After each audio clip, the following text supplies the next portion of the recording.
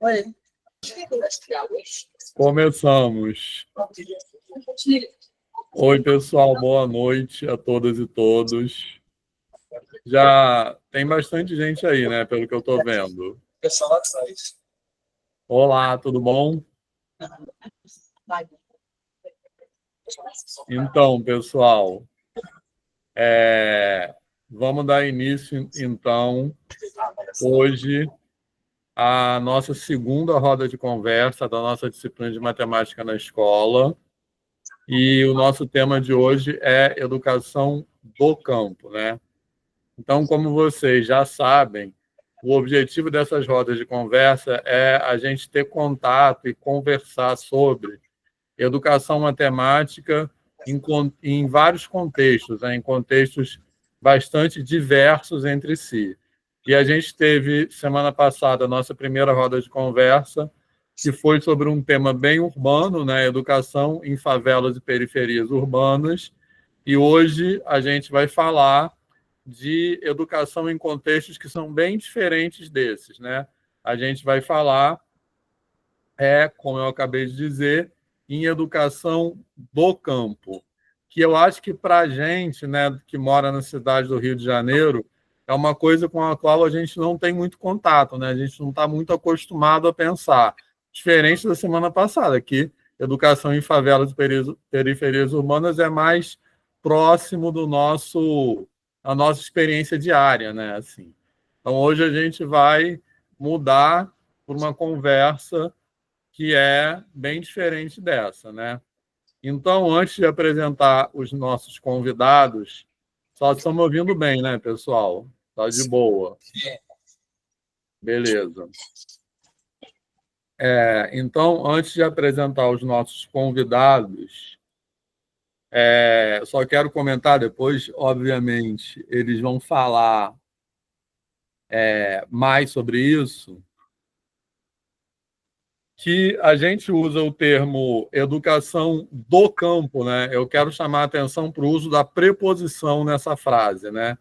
E não educação no campo ou educação para o campo, por exemplo, porque a ideia é a gente pensar nos sentidos de educação a partir daqueles contextos e não levar algo que é pensado externamente para os contextos do campo, né? Então, é um movimento, vamos dizer assim, na direção contrária, beleza? Então, a gente pensar em como a gente dá sentido à educação com base naquelas referências, naqueles saberes situados no campo, ou seja, situados em contextos não urbanos. Então, é isso que a gente quer dizer com educação do campo. Beleza, pessoal? Está fazendo sentido?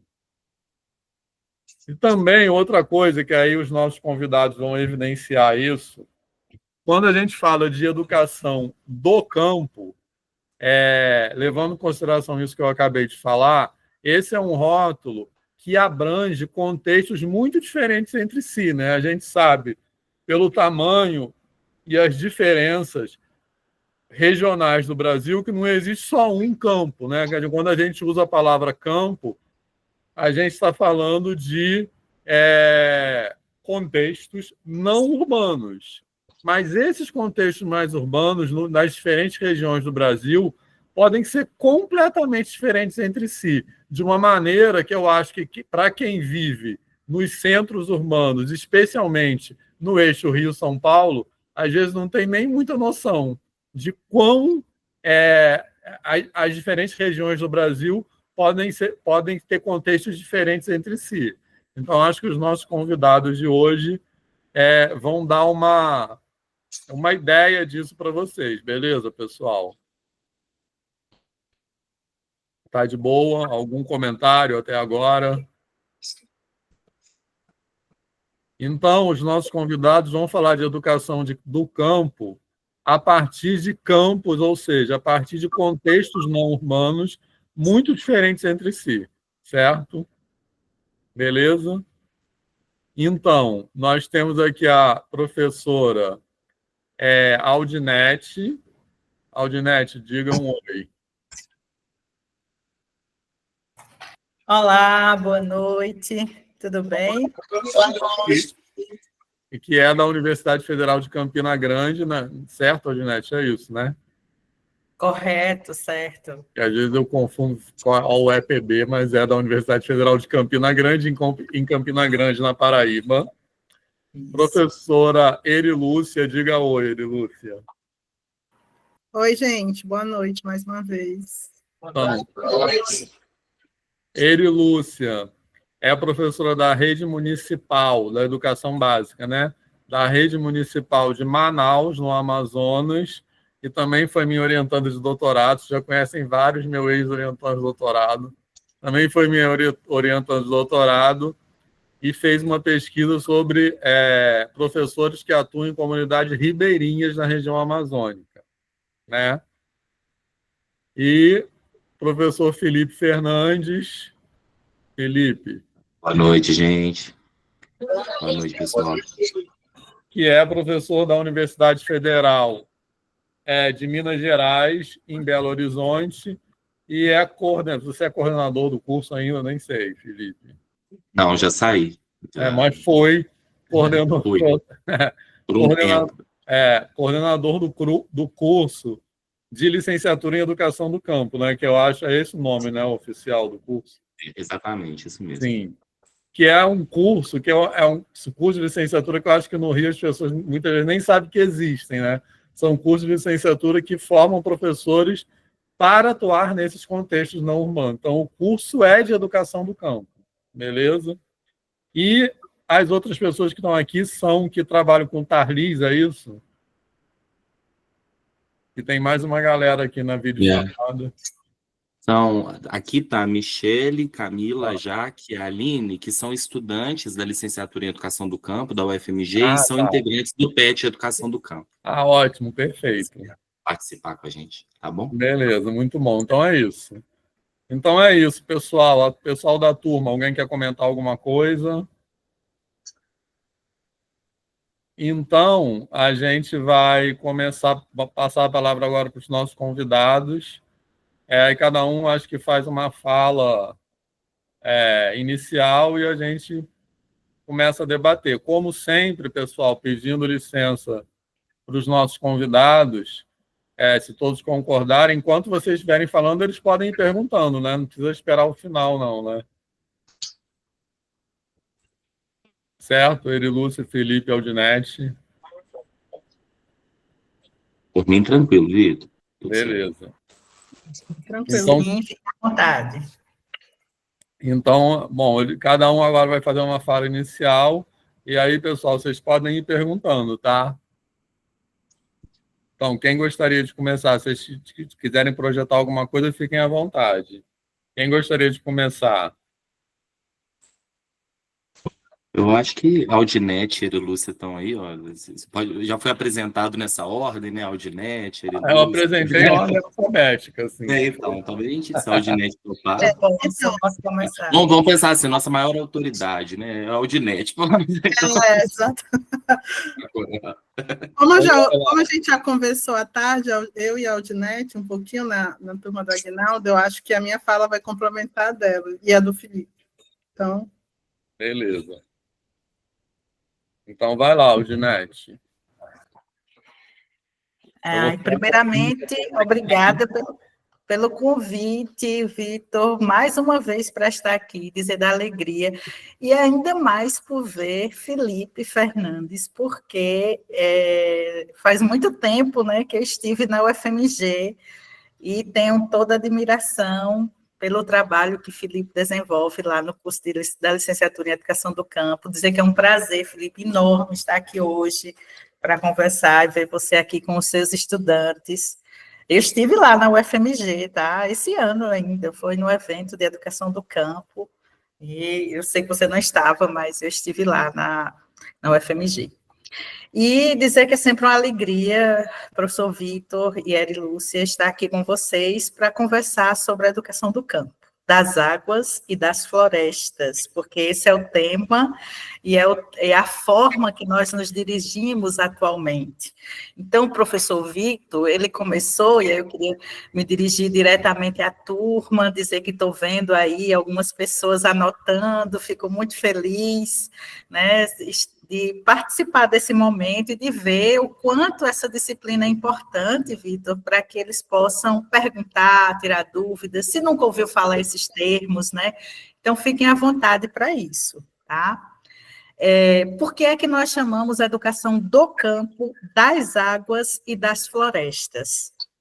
Victor já traz um pouco na fala dele da diversidade de campo que existe no Brasil. Então, nós não temos um campo, mesmo em uma só região, eu vou falar especificamente da região Nordeste, a qual estou. Então, não dá para dizer que na região Nordeste existe somente um tipo de campo, nem muito menos na região Sudeste, Centro-Oeste, são diferentes territórios, e aí a diversidade de territórios e de cultura que existe em nosso país, essa grande diversidade é o que nos move para querer entender melhor esse contexto e essas especificidades. Então, o termo educação do campo, das águas e das florestas é para entender que, por exemplo, muitas escolas, muitos territórios funcionam nas águas, né? Eri Lúcia vai falar depois muito bem isso do contexto da Amazônia. Né? Muitos territórios funcionam nas florestas e outros territórios na diversidade de campo, que não é só a agricultura, né? Que tem o artesanato, que tem a produção cultural. Então, quando a gente se refere ao campo, a gente não está falando só de agricultura. Essa é a primeira questão que eu acho importante a gente conversar aqui, tá? E fiquem à vontade se vocês quiserem também interagir conosco. Para falar sobre a educação do campo, eu sempre começo dizendo o porquê que a educação do campo e das águas e das florestas ela é tão importante para todos nós. Né? Primeiro, eu sempre costumo me apresentar enquanto camponesa. Antes de me apresentar como professora, como pesquisadora da área de educação matemática e educação do campo, eu sou filha e neta de agricultores familiares. Então, eu me reconheço, eu me identifico como camponesa. E quando eu falo deste lugar de camponesa, hoje pesquisadora em uma universidade, é para dizer que essa diversidade que existe em nosso país não significa que essas pessoas de diferentes territórios não cheguem, não tenham acesso à universidade e não tenham as oportunidades que as pessoas que moram em outros territórios, em outros grandes centros, possuem. O que nós precisamos e o que nós defendemos é exatamente para lutar contra um sistema de opressão, de silenciamento e de negação de direitos dessa população camponesa, ribeirinha, extrativista e da diversidade de campo, e das águas e das florestas. E podemos pensar nas nossas gerações, quantas pessoas que moram nessas comunidades não tiveram sequer acesso a chegar no ensino superior. E a falta de acesso para chegar no ensino superior não foi porque eles não quiseram entrar na universidade, mas porque eles não tinham condições e nem políticas públicas que oferecessem as oportunidades mínimas e as condições de ingresso a uma universidade. A educação rural, que é uma contraposição ao modelo de educação do campo, quando nós apresentamos a defesa da educação do campo, ao mesmo tempo, o DU, como o professor Victor citou, se refere das pessoas, dos sujeitos. Né? Então, a educação do campo significa a educação da população camponesa, ribeirinha, das águas e das florestas, porque foi uma organização por eles e pelos movimentos sociais em defesa de uma educação que tivesse a sua identidade, mas, ao mesmo tempo, que transformasse o projeto de sociedade e de campo existente no Brasil. Em nosso país, as escolas rurais, elas sempre foram tratadas como escolas no mesmo modelo da escola urbana e ainda com condições precárias de funcionamento. Uma escola rural, ela, e pelas reportagens, pelas matérias que são divulgadas nas mídias, a escola rural, ela é para muitos aquela que não tem as mínimas condições de existência. É uma escola que tem poucas salas, que tem, às vezes não tem biblioteca, não tem acesso à internet, não tem banheiros. Então, é essa precarização que é passada e que aí existiu durante muito tempo e ainda existe em nosso país. Quando nós defendemos a educação rural, é para se contrapor a essa visão de escola rural, que numa condição precária, e para atender, muitas vezes, aos grandes latifundiários e ao agronegócio. Então, nós nos posicionamos contrário a esse modelo da escola e defendemos uma escola que ela tem uma visão ampla e que seja uma escola que trate da identidade e da diversidade de cultura e de povos que existem no campo.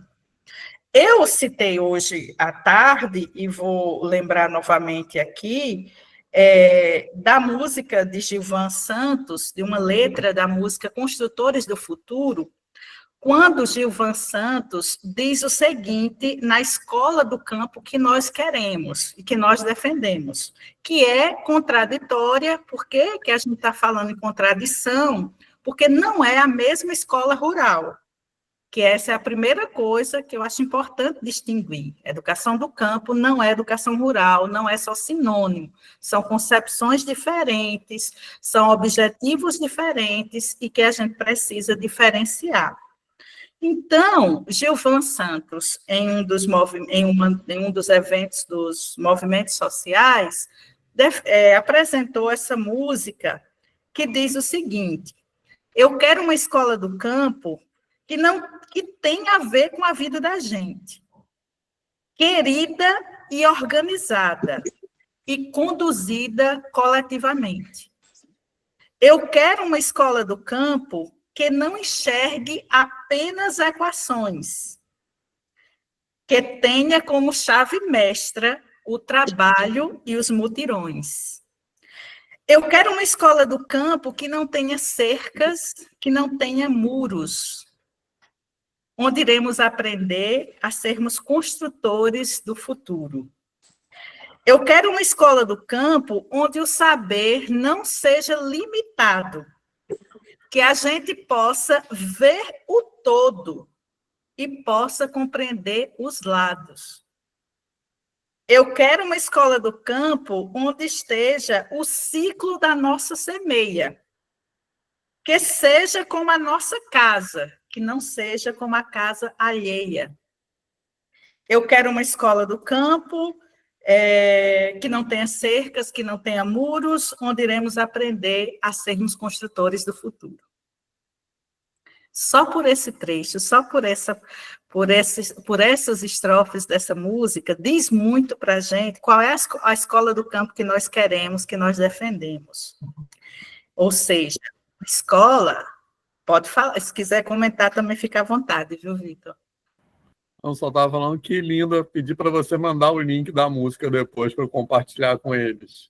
Vou mandar sim, inclusive vê-lo cantando também, tocando, isso nos nossos movimentos, né, Felipe, na licenciatura em Educação do Campo, quando a gente começa as nossas atividades com essas músicas, é sempre muito gratificante.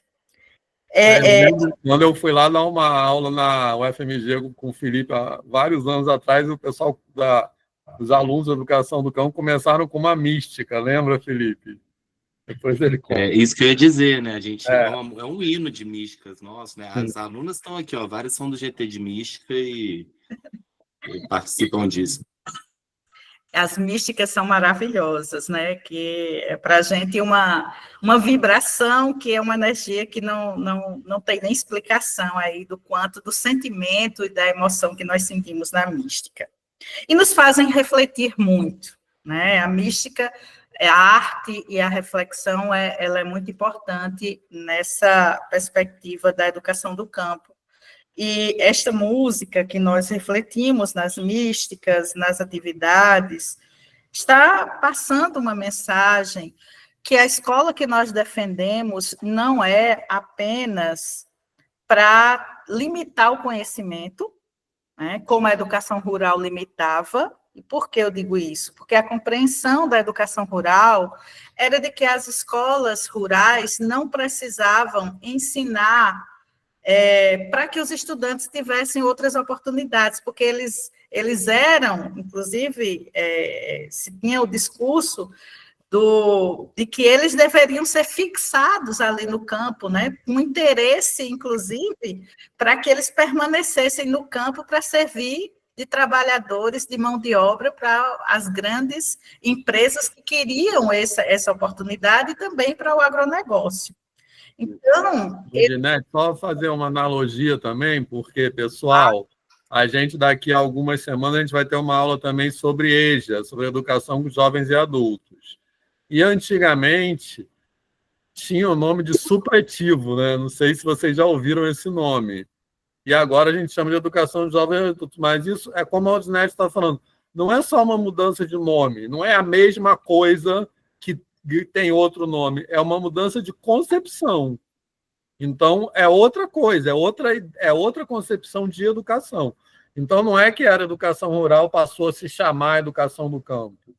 É porque, como a Odinete falou, são concepções opostas. Assim.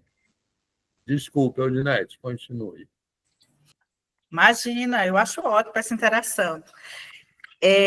Quando nós defendemos essa outra concepção, Vitor, ela está pautada no qual é a intencionalidade, né, da educação, qual é a intencionalidade da escola rural, qual é a intencionalidade da escola do campo, por que nós defendemos a educação do campo, das águas e das florestas, e como era tratada e qual a concepção da educação rural que existia, que sempre existiu, né, há muitos anos no nosso Brasil, e não dá para dizer que ela acabou.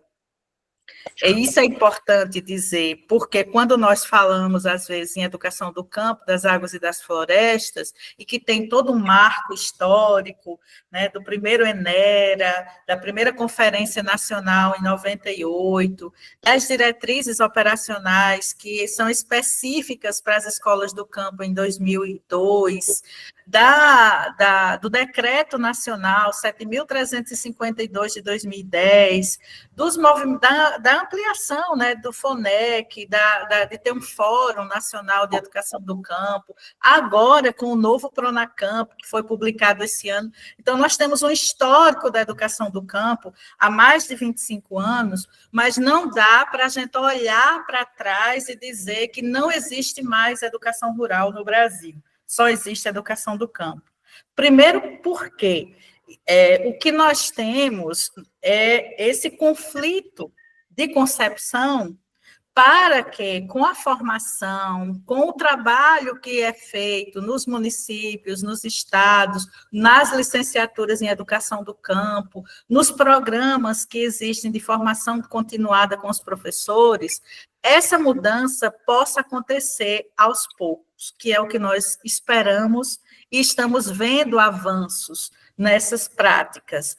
Mas não significa que essa concepção de educação do campo chegou a todas as escolas do campo, porque nós não podemos afirmar isso. Nós ainda temos muitas escolas que não sequer conhecem a legislação específica da educação do campo.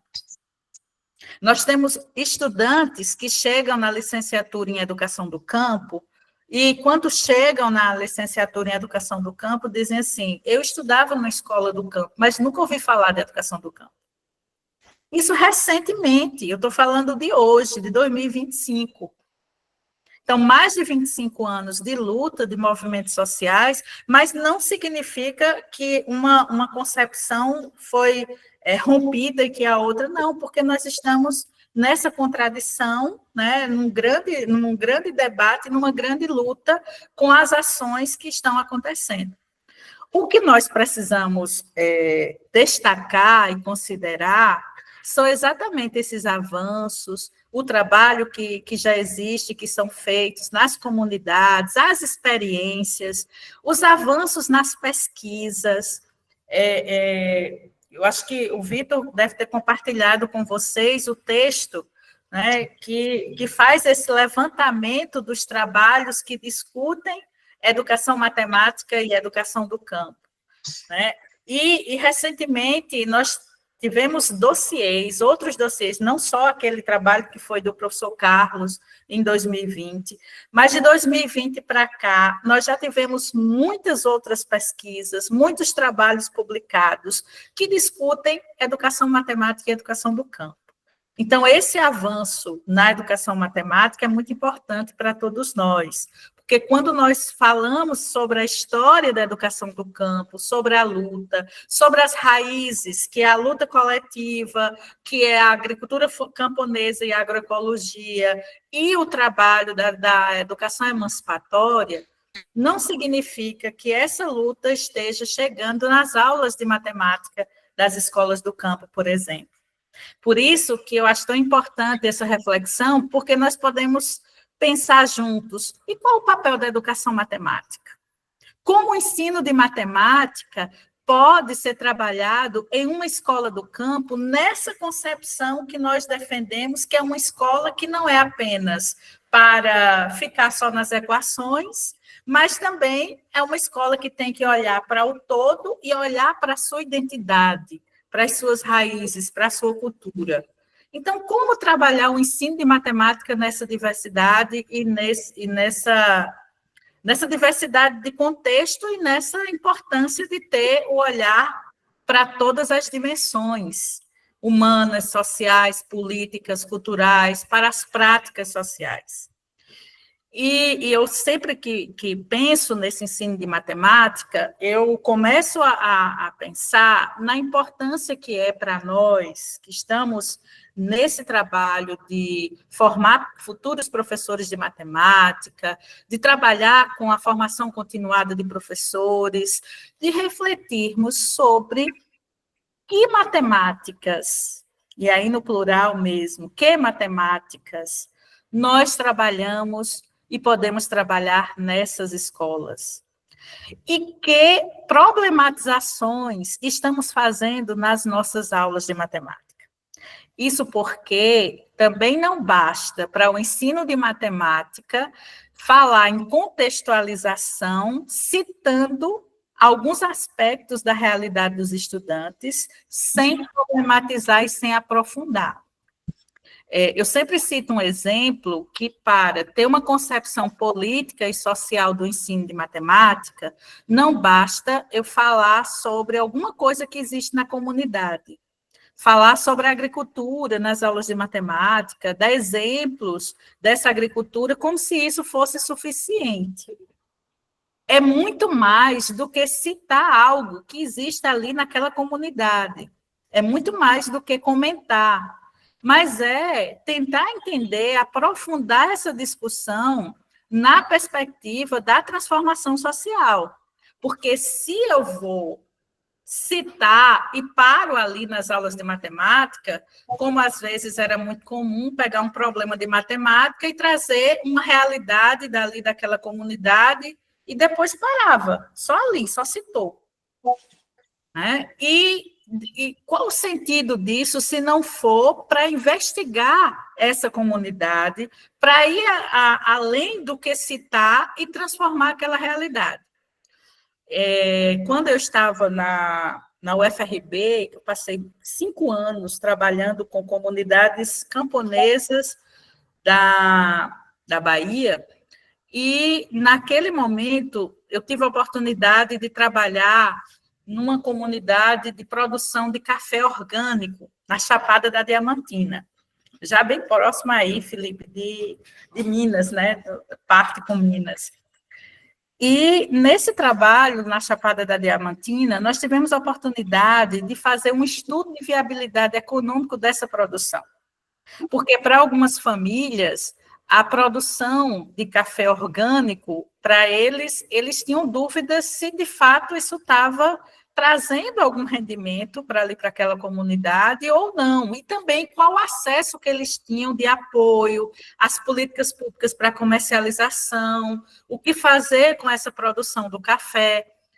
E com os estudantes da licenciatura em Educação do Campo, foi possível a gente fazer um trabalho de estudo dessa produção com essas famílias, que esse estudo de viabilidade econômica, inclusive, ajudou para que eles fizessem toda uma análise dos custos, do valor que eles deveriam colocar para vender aquele produto, do que eles estavam em termos de coletividade na comunidade, do trabalho coletivo para que a produção pudesse render mais, né, do estudo mesmo sobre esse trabalho coletivo na comunidade. E isso foi mais do que citar a produção de café e contar quanto era o valor que eles estavam cobrando pela venda do café. Isso foi um estudo de uma discussão que transformou, inclusive, a organização do planejamento deles na produção de café. Então, quando a gente estuda, por meio da matemática, uma comunidade, um tipo de produção, uma cultura, a produção de artesanato ou qualquer outro meio de vida e de cultura, nós precisamos ir além disso. E é esse papel que a matemática proporciona para todos nós que é tão importante, né? Por meio dessa reflexão, por meio dessa dimensão cultural, social e política no estudo da matemática, discutirmos o contexto social, discutirmos essa realidade social. Então, isso não é algo separado da matemática, como a gente entendia anteriormente, como se a matemática não tivesse esse papel de discutir essa realidade, de provocar problematizações e de fazer esse estudo em sala de aula. E aí, só para ir fechando já a minha fala e dizer que vou deixar mais para o debate e para os colegas falarem, só para dizer do cenário atual, do novo Pronacampo, né, que está aí, que foi lançado agora, e nós estamos aí divulgando para os municípios, para a luta para que essa implementação das políticas públicas de educação do campo, das águas e das florestas cheguem até as escolas. Nessa luta, nessa discussão, nós temos hoje como avanço, mas ao mesmo tempo como desafios para a gente perceber o quanto que ainda falta, as pessoas sequer conhecem as políticas e as resoluções que existem sobre a educação do campo no Brasil. Nós não estamos falando de algo que não é uma política pública, nós estamos tratando de uma política pública, né, com documentos reconhecidos, registrados. Isso é importante dizer. Eu me coloco à disposição para continuar o diálogo, tá? Não vou me alongar, posso depois trazer outros dados, principalmente do número de escolas que nós temos no Brasil, do número de escolas que foram fechadas, né? Por que devemos entrar nesse debate contra o fechamento das escolas do campo? Mas eu deixo para o debate e agradeço a oportunidade. Valeu, obrigado, Aldinete, como sempre. Então, vamos... Então, pessoal, como eu disse, qualquer coisa vocês vão perguntando, tá? Mas, enquanto isso, passar, quem vai agora? Erilúcio ou Felipe? Não sei. Sandra, Lúcia. Eu acho que eu vou, porque as meninas vão falar com você, né, também? Vão, isso, pode ir. Então, Tá, mas só uma observação, lembrando que a gente tem que fazer um intervalinho quando for umas 7:50, tá? Porque é para o pessoal poder ir jantar, que o restaurante fecha às 8h. Beleza. Tranquilo. Oi, Lúcia, eu estou pensando, se você não se importar, só para também não segurar as alunas do PET, porque muitas estão trabalhando o dia todo, será que você se importa da gente poder falar? Né? E aí, porque talvez na hora do intervalo, se elas quiserem, né, aí elas vão nos deixar, né, pode ser, você se importa? Não, porque como tem um intervalinho. Tá bom? Oi, gente, boa noite, então, para todas as pessoas. Primeiro, dizer que é uma alegria imensa estar aqui. Vitor, obrigado pelo convite. Eu tive a oportunidade de participar da primeira edição dessa disciplina. Eu estava tentando recuperar a data aqui, mas foi rápido, não consegui. Mas eu participei da primeira edição dela. É uma alegria estar com a Erilúcia, né? Tive com a Erilúcia em Manaus agora, foi maravilhoso, né? Que evento que vocês organizaram, a Regional Manaus, parabéns. E a Audinete, né? Que eu falo que eu li um texto da Audinete, né? Aquele que eu guardo com muito carinho com a Iranete, que eu acho que vocês têm que escrever a versão 2 daquele texto. Eu sempre falo isso, aquele texto lá merece uma segunda versão. E a Audinete é minha referência de educação do campo, ela sabe disso, então a gente sempre está trocando figurinha, é muito bom estar com ela nesses espaços. Agradecer as alunas do PET, que estão aqui também, do PET Educação do Campo, agradecer os alunos da matemática da UFRJ. E eu acho assim, que uma coisa que é legal começar falando, a Audinete marcou esse lugar no início, e a Djamila Ribeiro nos ensina isso, né, a marcar esses lugares de fala, né? Então, de que lugar quando eu falo de educação do campo, de que lugar eu falo, né? Eu não sou um sujeito camponês, né? Eu nasci na cidade, cresci na cidade. E eu fui começar a trabalhar com as temáticas da educação do campo, né, dos territórios rurais, quando eu vou para a UFMG, né? Eu vou para a UFMG sem conhecer a educação do campo. Tinha uma notícia aqui, a Lília, que tinha feito tese na mesma época que eu, que trabalhou com a educação do campo, mas, assim, não tinha uma vivência, né, de educação do campo. E quando eu entro na universidade, eu sou colocado, assim, eu chego coordenando a habilitação em matemática da licenciatura em educação do campo, né, assim.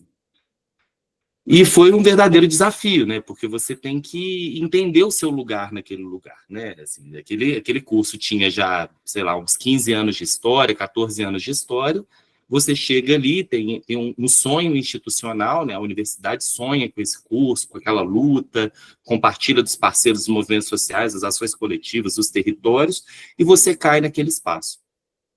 E eu falo que a grande alegria da educação do campo, né, e minhas alunas que estão aqui sabem que, alunas do PET, né, sabem que a gente compartilha disso, é essa ressignificação do meu lugar, né, como pessoa no mundo, né, a primeira coisa e aí é um olhar bem freiriano mesmo para a trajetória, né, a gente ressignifica o lugar. Meu pai, por exemplo, foi camponês, né, minha mãe foi camponesa, minha mãe estudou até a 4ª série porque é o que tinha na comunidade rural que ela vivia. Meu pai sai com 16 anos para morar na cidade em busca de melhores condições de vida. Então, meu pai é filho da EJA, meu pai vai estudar depois dos 16 anos, porque ele só tinha 4ª série. Aí ele vai fazer curso técnico e vira trabalhador da indústria, siderurgia.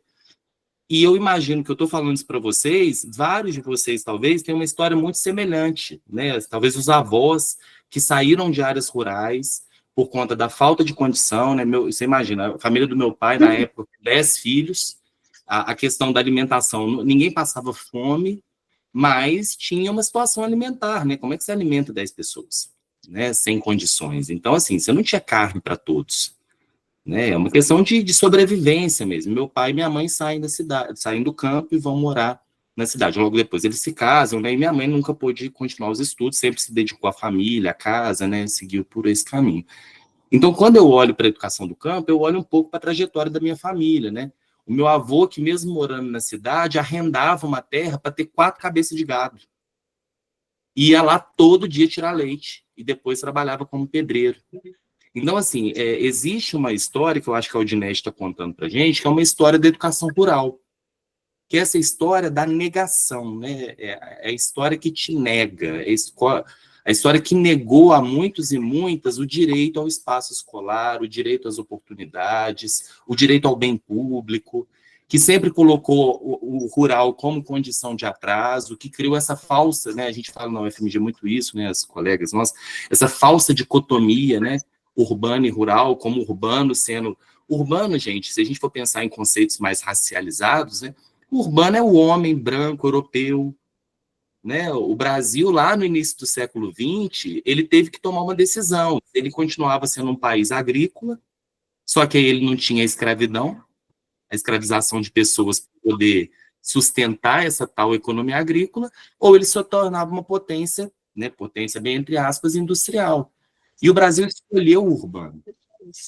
E aí a gente teve todas as políticas que a Audinete mencionou, né, que são essas políticas de educação rural, né, que vão colocar as pessoas do campo, e eu acho que aí a maior violência de todas, né, que coloca essas pessoas no lugar de atraso, esses territórios na condição de atraso, né, de não desenvolvidos e tudo mais.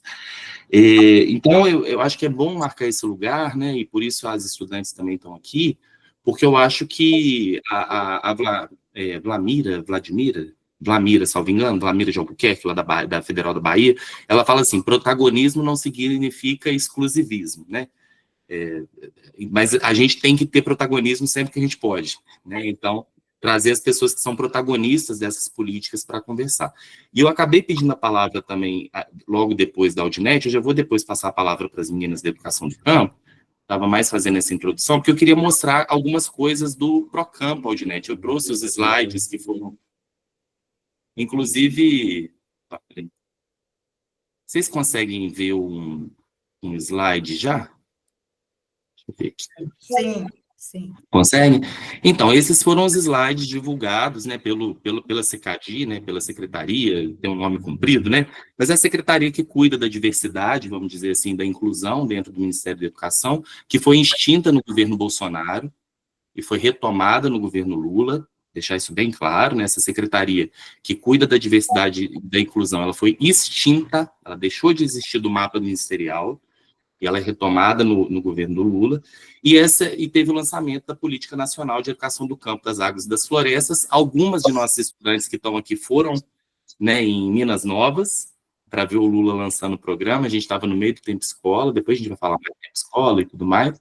Aí a Jaque reagiu aqui, a Jaque estava lá, vendo o Lula anunciar o programa. E assim, e por que a gente fala, né, eu tô falando de Lula e Bolsonaro aqui, mas não é bem no sentido partidário, não é também, mas não é só, porque quando a gente fala de educação do campo, a gente está falando de política de Estado, porque está lá no texto constitucional, né, que vai se desdobrar na LDB. Lá na LDB é muito claro já, lá ainda se fala de escola rural, né, tem que até atualizar a LDB na minha visão, mas isso está na Constituição, então isso é política de Estado, isso não depende de governo. Não deveria ser arbitrado a um governo fazer ou não educação do campo. Ele tem que fazer. Não é opção governamental. O pessoal fala, isso é coisa de esquerda, né? Não é coisa de esquerda, não, gente. Isso é coisa do Estado, está na Constituição, não tem para onde você correr. Né? Se você quer viver nesse país, você tem que viver sobre essa condição. E o Pronacampo, ele é uma política nacional que ele vem com várias ações, a Audinete comentou, são muito diversos, para aumentar, né, para diminuir essas barreiras, essas desigualdades que a gente tem. Por que eu estou trazendo o Pronacampo? Por dois motivos, né? Eu fiz questão de pegar aqui, porque logo no início do documento, ele vai definir o que a gente está chamando de população do campo, das águas e das florestas, e do que a gente chama de escola do campo, das águas e das florestas, a partir daquela resolução de 2025, né, que vai estar estabelecida aí. Primeira coisa, população do campo, como a Audinete colocou, é uma população muito diversa.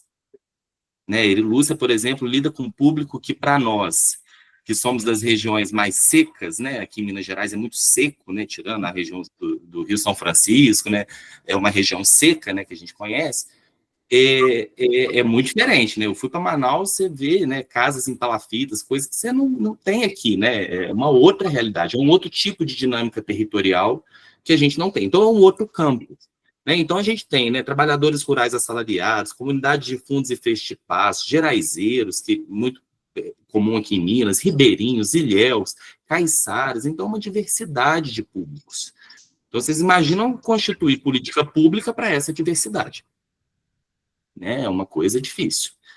E uma coisa também, que eu acho que eu estou falando, por exemplo, para estudantes de áreas urbanas, eu imagino que a maioria dos estudantes que estão aí ou moram em área urbana, né, no Rio de Janeiro, só que tem que lembrar o que é escola do campo.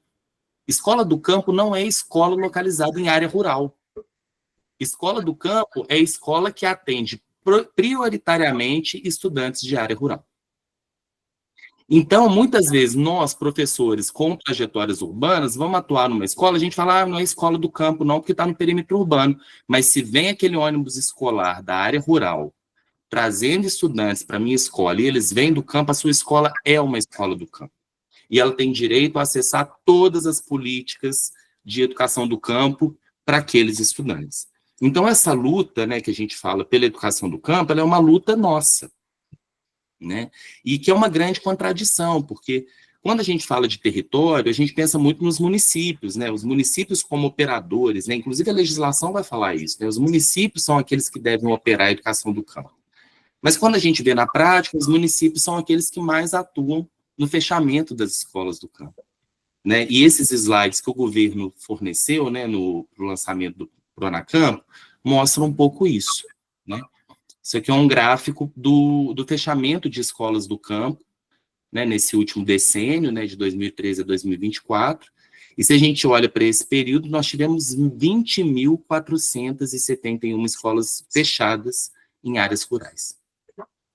Esse dado, gente, ele é um dado muito alarmante. E por quê? Porque ele não é um dado só alarmante, porque a gente está colocando crianças, jovens, pessoas adultas e idosas dentro de um ônibus para ir para outra área. E não é alarmante só por isso, né? Porque o que acontece? Porque estão sendo fechadas, mas essas pessoas estão tendo acesso à escolarização. Ônibus muitas vezes precários, horários muitas vezes extremamente complicados, né? A gente tem relatos de estudantes que saem de casa 5 horas da manhã, 4 horas da manhã para estar na escola 7 horas, né? Dentro do transporte escolar, andam distâncias enormes para poder pegar o transporte escolar, para poder chegar a uma área, né? Ou pegar um transporte sobre o rio, né, Lúcia, para poder chegar até a escola, né? A gente está falando de ônibus, mas a gente tem toda uma dinâmica territorial que é diversa, né? E aí, essa condição desses jovens não é só por isso, porque isso já é gravíssimo. Isso já gera uma desigualdade enorme, né? Você morar do lado da sua escola ou você ficar 3 horas dentro do ônibus. Gente, isso tem impacto direto na aprendizagem, não tem como falar que não tem, né? Agora, não é só isso, também é simbólico. Quando eu pego um estudante de uma área rural, coloco ele dentro do ônibus e levo ele para a cidade, é como se eu dissesse, aqui não é lugar de escola, aqui não é lugar de conhecimento. O conhecimento está lá. Do mesmo modo, quando eu pego uma escola localizada na área rural e trago um professor de lá para atuar aqui. Todo dia chega um professor da área urbana na minha escola. O conhecimento não está aqui, ele vem de fora. E isso, gente, parece uma bobeira, mas isso é construído, isso é estrutural. Né? Por isso que essas políticas elas passam a existir. Por que a gente defende o transporte escolar intracampo, levando de um campo para outro? Você pode ter escolas polo dentro de áreas rurais, mas desde que você vai convergir todos os estudantes das escolas rurais para aquele campo. Né? Então, o transporte escolar intracampo, ele está previsto na legislação, mas ele não é uma realidade. Ó, gente, e aí, Luzia? Gente, então, ó quem veio aqui te dar um oi. Tudo bom? Saudade. Saudade demais. Ai, que Beijo bom. pra vocês. Beijo. Uau. Então, pessoal, eu vou ter que sair agora, mas Beleza. valeu, gente. Obrigado mesmo, de novo, Falou. Felipe, Aldinete e Lúcia. Boa continuação da aula aí. Bom essas reuniões é que a gente encontra uma galera aqui, né? Exatamente. Parte Mas, boa, né? Isso aí. Valeu, gente. Obrigado aí. Beijo, boa aula. Valeu, Vitor. Então, falando dessa questão, né, então você tem, além do transporte do transporte que poderia ser intracampo, né, então você tem uma escola ali no campo localizada para você atender aqueles estudantes, né, você tem também as licenciaturas em educação do campo, que aí eu falo, né, aí aquela coisa do lugar de fala. Onde você se situa hoje na luta? Minha luta é nas licenciaturas. Né, minha luta é a luta com a formação de professores e professoras, né, a minha luta é com a inclusão dessas pessoas nos espaços universitários, pós-graduação, graduação, então é aí que eu luto, né, dentro da universidade, dentro dos fóruns que eu participo. A minha luta na educação do campo, a gente até brinca, é uma luta acadêmica, né, acaba que né, Aldinete, em alguma dimensão, né, é uma luta acadêmica, eu me considero um parceiro, né, assim, eu não me considero um camponês, não me considero uma pessoa, né, do campo, segundo aquelas populações, mas eu tento me situar como um parceiro. Né? E as licenciaturas em educação do campo, elas são esse fenômeno no país, né? Esse ano, né, a licenciatura em educação do campo da UFMG está completando 20 anos, Então, talvez muitos não conheçam, né? Então, ele é um curso de formação. A Aline, que está aqui, ela vai falar um pouquinho. Estou falando para ela se preparar ali, viu, gente? É a coisa de apresentador, né? Preparando a pessoa para... É a Aline. A Aline depois vai falar um pouquinho sobre a licenciatura. Ela é aluna, né, do nosso curso de licenciatura em Educação do Campo. Não é aluna da nossa habilitação matemática, né, que eu falo, é onde eu atuo mais, mas ela é veterana agora, né, do curso. E a gente tem essas licenciaturas, né, é um curso de licenciatura em Educação do Campo, e ele forma por habilitações. Então, você tem habilitação em matemática, habilitação em ciências da vida e da natureza, tem lugar que é ciências da natureza e matemática, né? Então, cada lugar, né, a partir da sua história, das dinâmicas dos territórios, das demandas dos territórios, elas vão constituindo as suas habilitações. Apesar de ter uma prerrogativa legal, elas podem constituir, né? Então, a gente tem, por exemplo, licenciatura em Educação do Campo com habilitação em Ciências Agrárias, que é para atuação, por exemplo, né, em escolas técnicas, né, de formação na agricultura, na agroecologia, na pecuária, seja na diversidade que o território demande, né, em termos de processo de produção, né, agrícola e tudo mais. Então, assim, a licenciatura em Educação do Campo, ela tem habilitações. E a matemática, no caso, no nosso curso, ele é uma habilitação. Então, a gente entra e faz a habilitação em matemática. Isso muda um pouco a dinâmica do curso, né, porque a matemática, para a gente, ela não é o carro-chefe. Né, a matemática, ela não é diferente de um curso. Eu sou formado em licenciatura em matemática, então o carro-chefe é a matemática. Né? No curso de Educação do Campo, nós estamos formando educadores do campo. E a nossa pergunta é aquela que a Aldinete colocou. A que serve, né, essa matemática? Né? O mestre Joelson, que é do MST da Bahia, ele fala que a matemática tem que, não a matemática, né, que o conhecimento ele tem que servir à soberania pedagógica, né? Então que os povos do campo para que serve a matemática na escola do campo? Tem que servir para a soberania daquele grupo, né? Para aquele grupo ser soberano, né? Então isso muda um pouco como é que que matemática, né, para a escola do campo, né? Eu vou deixar essa pergunta meio no ar, para a gente conversar depois, e aí se a Aline estiver pronta por aí, Aline, se você puder falar um pouquinho da Lecampo, né, de você, né, das suas colegas e dos seus colegas. Boa noite, posso sim. Boa noite, Aline. Boa noite. Meu nome é Aline, como o Felipe falou, eu sou aluna da licenciatura em Educação do Campo. É um momento, né, legal ter essa troca de experiências com outras turmas também, até porque, como o Felipe disse, a minha área não é matemática. A gente tem um pouquinho de matemática, mas é mais numeramento. Eu sou, né, da licenciatura em Educação do Campo, mas eu sou da turma de Língua, Artes e Literatura. A gente é dividido, né, em habilitações. Então, tem a gente, que é a LAU, de Língua, Artes e Literatura, tem matemática, a CVN, que é Ciências da Vida e da Natureza, e a CSH, que é Ciências Sociais e Humanidades.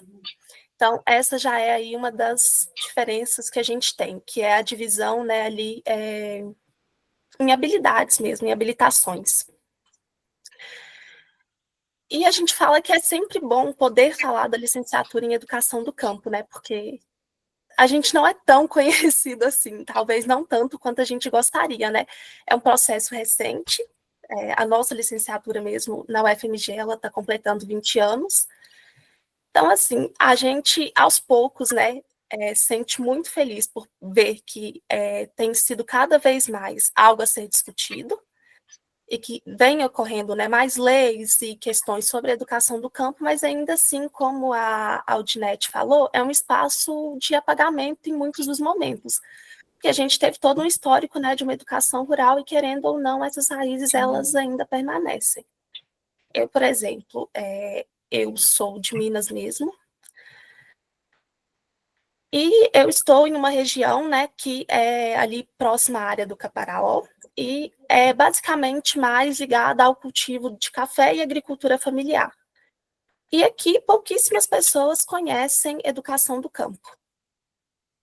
A escola que tem aqui, que recebe, né, todos os alunos são da escola estadual que estão ali, são alunos, né, oriundos do campo, mas a escola não é considerada uma escola do campo. Ela está no distrito, e aí tem a questão do IBGE, que ela é considerada uma escola urbana. Então, a gente, enquanto, né, vai se formando, a gente vai percebendo também em qual espaço a gente está inserido. Eu acho que a educação do campo, ela me permitiu muito isso, e eu vejo que nos meus colegas também. Essa noção de, por exemplo, em qual espaço eu estou, em qual espaço também, né, a gente quer conquistar coisas e quer estar futuramente. E sobre a licenciatura em Educação do Campo, acho que basicamente a gente tem, né, alguns pilares que seriam muito importantes para a gente falar assim, de como que para a gente estudar enquanto graduando, né?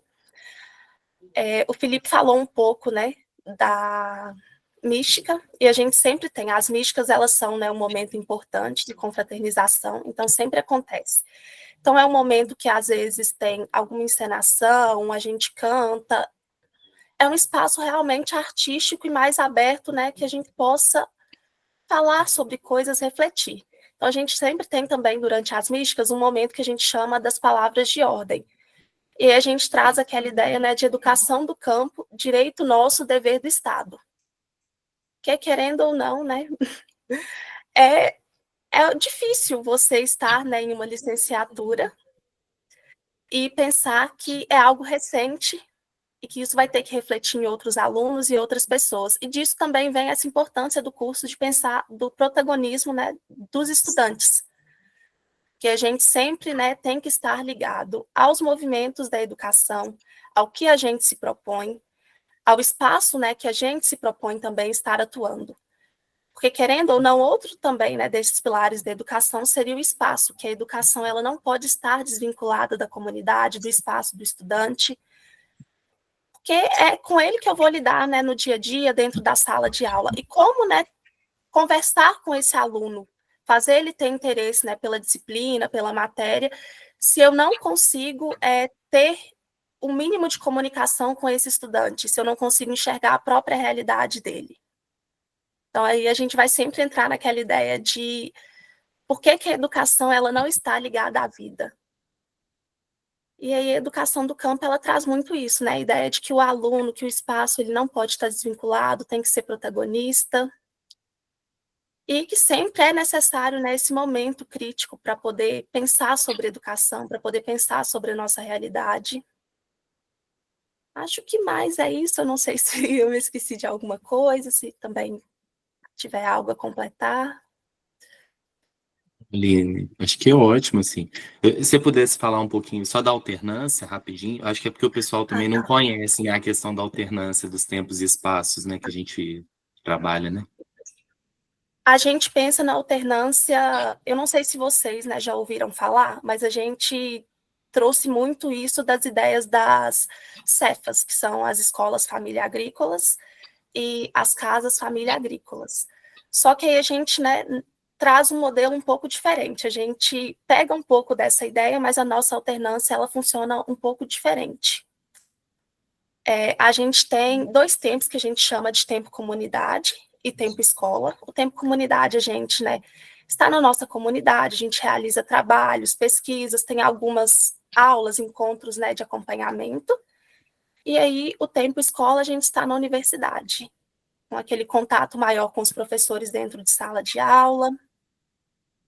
Eu diria que, assim, é algo bem diferente quando eu penso sobre isso, porque a gente tem, né, toda uma questão de estudos dentro de sala de aula, e a gente lê muita coisa, e aí quando eu chego na minha comunidade, eu continuo lendo, e aí eu tenho que percorrer, né, os espaços, eu tenho que conversar com as pessoas, eu tenho que visitar as escolas, enfim, conversar com realmente as pessoas que estão ali no campo, quem são os alunos.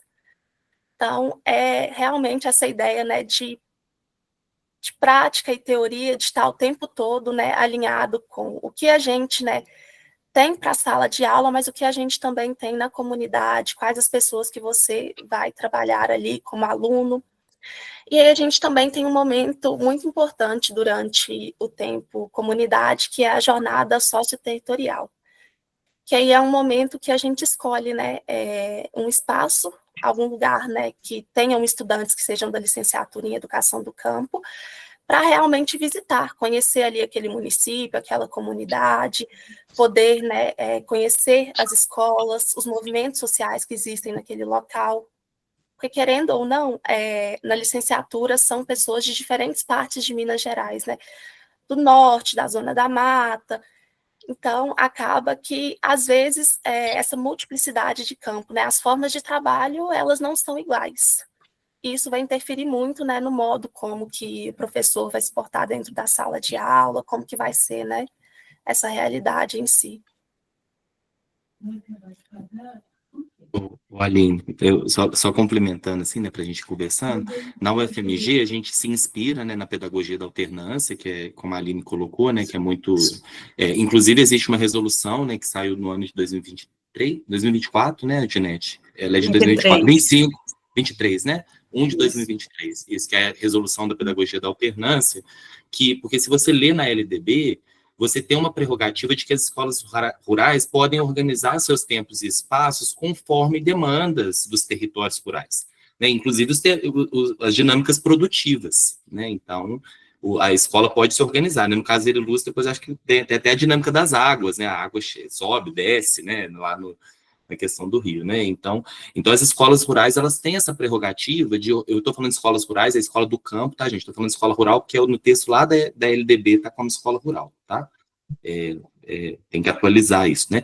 Então, as escolas do campo, elas têm essas prerrogativas de funcionamento diferente. E existe toda uma pedagogia que vai pensar isso, né? Que é a pedagogia da alternância, que é um modelo inspirado francês, né? Que está no Brasil há muitos anos, que chegou pelo Espírito Santo, né? E tudo mais. Mas o que é interessante é que o curso de educação do campo, né, por exemplo, da UFMG, eu acho que todos os outros, né, eu acho que não deve ter exceção quanto à pedagogia da alternância, um princípio formativo, que é essa articulação dos dois tempos, né? Então, a gente tem o tempo escola ou tempo universidade, depende, né? Onde na UFMG a gente continua chamando de tempo escola, que os estudantes ficam 5 semanas com aulas concentradas, manhã, tarde, às vezes sábado, né, Aline? Tem aulas durante 5 semanas, todos os dias, nos meses de janeiro, então logo depois do ano novo a gente já vai para o UFMG, então a gente já fica 5 semanas com os estudantes, e em julho, também 5 semanas, pegando agosto, ou junho a agosto, ou agosto e julho e agosto, né? Então são 5 semanas no início do semestre e 5 semanas depois com aulas concentradas. Então, parte da carga horária da disciplina, ela é dada presencialmente na UFMG, e a outra parte da carga horária, ela é desenvolvida nos territórios, a partir de ações diversas. Pode ser pesquisa, pode ser trabalho, mas sempre tentando envolver o território, né? Então, os estágios, né? Então, a gente acredita que a universidade não é o lugar privilegiado para formar professor, que o professor, ele se forma no território. E que eu acho que é uma coisa, gente, que a gente faz muito pouco. Vocês tiveram uma aula sobre educação nas periferias, né? Eu fico me perguntando se esse modelo não poderia ser usado no urbano. Inclusive, a legislação de educação do campo, né, a 1/2023, ela fala, e outras áreas que se vejam, né, assim, percebam a potencialidade da alternância. Porque você tem uma formação em que você tem um período na universidade concentrado e um período em que você vivencia o território. Então, durante um mês, a gente vai desenvolver ações educativas nas periferias, né, e vai ficar ali entendendo que território é esse que eu vou atuar na minha formação, que é uma coisa muito distante, né? Em geral, os cursos de licenciatura, eu imagino que a realidade de vocês aí no UFRJ, vocês só vão para vivenciar a educação vivenciar a educação externamente quando vocês vão ou numa prática extensionista ou no estágio, né? Então, acho que isso é importante, assim, a Aline está colocando, né, a questão da alternância. Isso gera, gente, uma dificuldade enorme, porque esse curso precisa de dinheiro, precisa de investimento público, né? Não é barato manter 5 semanas pessoas, né, dentro de uma universidade, precisa de alimentação, precisa de moradia, precisa de transporte adequados. Tanto que a nossa luta hoje, né, as meninas estão aqui para me ajudar a falar disso, é pela moradia universitária específica para os estudantes do campo, né, uma moradia para a alternância, e não é bom para a gente só, é bom para o estudante indígena, da formação indígena, é bom para os estudantes visitantes, né? Alguém da UFRJ quer passar um período na UFMG estudando. Tem lá vaga, né? No período que não está sendo usada pelos camponeses, tem lá uma janela ali que dá para ser usada. Então, é uma moradia que seria mais diversa, né, para atender públicos mais diversos. Mas eu acho que é isso, gente, eu falei bastante, eu não sei se a Aline quer complementar. Aline, brigadão, viu? A Aline fala super bem, super... Sempre bom ouvir a Aline falando dessas coisas também. E obrigado, viu, Aline? E aí eu vou encerrar por aqui para a gente bater um papo depois, passar para a Erilúcia. Não sei se dá tempo, Erilúcia, se a gente espera o intervalo. Pois é, eu não sei como é que... Gente, quem que está aí na organização? Oi, somos nós, já apareceu. Somos nós, estagiários do Vitor. É igual uma alma, assim, falando, né? Agora tá no CMP. Como que vocês acham que vocês vão para o... Eu acho que fica melhor a gente fazer intervalo agora, o que vocês acham? Pode ser. Aí a gente conta 15 minutos, 20, assim, uma tolerância no máximo, para voltar, pode ser? Pode ser. Então, agora, 7, Isso. voltamos 7h57. 8 horas, né? 8 horas, né? Isso. 7h57. 8 horas. É, Tá bom, então. Até daqui a pouco. combinado. Até daqui a pouco, gente. Parabéns, Aline, Felipe, adorei. Você também, Odinete, muito bom. Quando Muito você bom. falou do Pronacampo, eu falei, tem que entrar junto, porque eu estava com os dados Foi aqui abertos. ótimo. E eu com saudade, muito bom ouvir os nossos estudantes, né? Dá um orgulho, é tão bom. E tem que vir mais para cá, gente. Ciro, Lúcia, tem que visitar a gente. Ele vai aparecer. Odinete, seminário de família.